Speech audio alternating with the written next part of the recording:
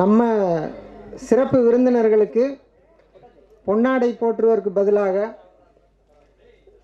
நம்ம கிராமங்களில் எளிதாக கிடைக்கக்கூடிய அதலக்காயின்னு ஒரு காய் நீங்கள் சாப்பிட்ருப்பீங்கன்னு நினைக்கிறேன். அதே மாதிரி இன்னொரு கீரை, மகிழிக்கீரைன்னு ஒரு கீரை. இந்த கீரை வந்து கிராமங்களில் சும்மா கிடக்குது.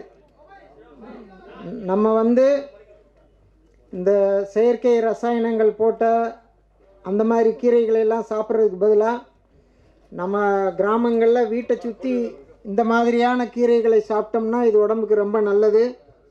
அதே மாதிரி இதில் அதலக்காயின்னு ஒரு காய், நீங்கள் இப்போ சாப்பிட்ட காய் இதுதான் அந்த காய். அதனால் நம்ம இந்த பொன்னாடையெல்லாம் போட்டாமல் இதை அவர்களுக்கு என்னுடைய ஒரு பரிசாக நான் இதை அவர்கள் இதை சிறப்பித்தமைக்கு என்னுடைய நன்றி. அவர்களுக்கு ஒரு சகோவுக்கு 2 பை வேணுமா?